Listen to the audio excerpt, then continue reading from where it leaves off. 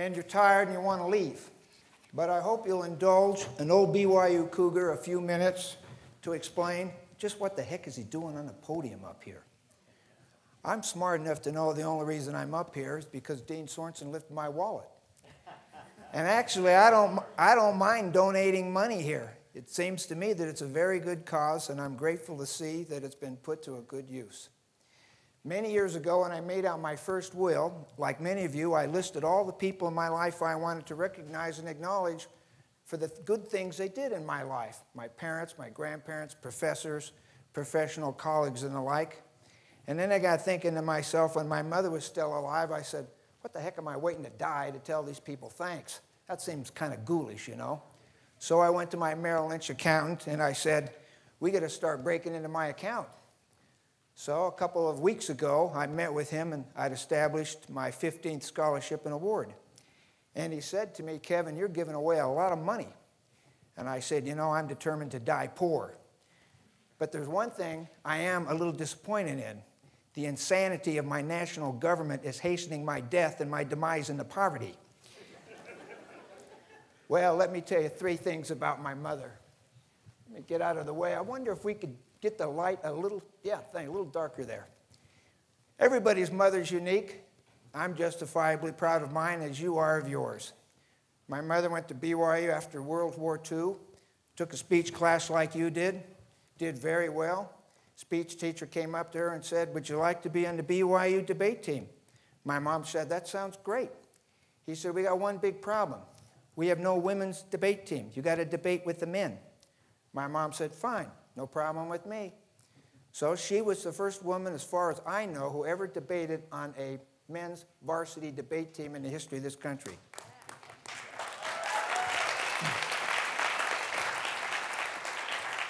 Now, in those days, debate was much bigger than BYU football and far more successful. I have my mother's journals where debate would go to San Francisco, Denver, and Chicago. And I have the newspaper accounts. And there, prominently displayed in the newspaper, would be a picture of my mother's face and the account of her debating performance. Frequently, you'd have to team up with a pair. She had a Mexican-American and a Chinese-American and a woman in a men's varsity debate team. It doesn't take a rocket scientist to realize you're not going to finish first in that. You got a glass ceiling. And she would tell me that they realized if they could place second or third, they won. Well, as I read through these articles the other day, it reminded me the whole article is about my mother and her dynamic team, and sure enough, she finished second. And they were pleased with that. The second interesting thing about my mother is when my father was a Foreign Service officer and we lived in Pakistan, my mother was the first person that we know of to teach a co-ed university class. That doesn't seem very strange at BYU, but in a strict Muslim country, it was a very unique event. Oftentimes on Sunday, we were the only LDS family in that large city, and we used to have what would amount to church, which is really nothing more than a home evening with the sacrament. My mother's friends or students would come over to the house and visit.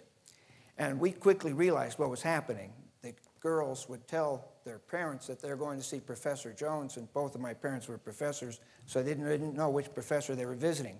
The boys would say the same thing, and we had large crowds of college-educated kids descending on our house as an excuse to be able to see each other. My mother used to always say that she was conveniently blind and deaf, and the kids had a great time, and that was a tradition that lasted for many years. The third thing that tells you something about my mother is in those countries, they had what was called an American Women's Club. And the women elected the most prominent person that they thought to represent them in the diplomatic circle. And my mother was consistently elected as the president of that club. And literally, she was the second most visible American there. Oftentimes, the newspaper coverage would have some visiting dignitary. They'd see the ambassador once, then there would be my mother, and then my mother would bring him home to our house for dinner. It's kind of strange when you look at your parents. The picture on the left here is my mother and I when we were in a play when my dad was teaching at USC. It was called A Happy Journey, kind of like the Hale Family Theater Outdoors is what it was started to be in Southern California. My mom is about 42 and I'm 12. Up on the left is my favorite portrait of my mother. She's approaching 50.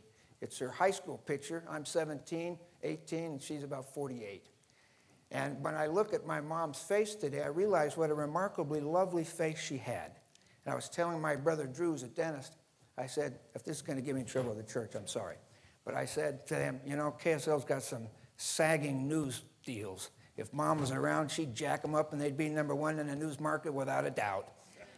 Well, at any event, I want to tell you all how proud I am of your contributions at the university, how kind I've been treated here. The dean doesn't have to put up with me. I mean, it's only so much money I can give him before he takes the microphone away. But it's very kind and generous of him to allow him to be here and to say a few things in honor of my mother, who was truly a unique and remarkable person, and I was just blessed to be her son. I wish you all well in your school and your endeavors, and you're going to need it. These are not easy times. Thanks an awful lot, my friends. You can go and tell me what they are. Would all of the speakers who have been sponsored by the Clegg Jones Endowment please come forward? Yeah, that's the right order. And while they're coming up, I would like to say that I'm not going to take the microphone away from Kevin. He's going to keep going, so he will keep giving money to this program.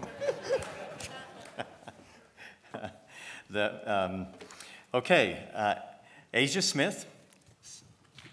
The first one? White. Courtney, you do indeed. Here we go. Courtney White. I got to tell you, this natural stuff ain't for me. I'm going the other way. Justin Ashby. Justin Ashby. Yep. No, I don't have Justin Ashby. I got Lucy Williams. If you guys order Justin Ashby. That way. I got you right here. Okay, thanks, great. Justin. He'll have them in that order. Great. Lucy Williams. Lucy Williams. I got to keep my sugar, though. Tyler Hill. Aria Crawford.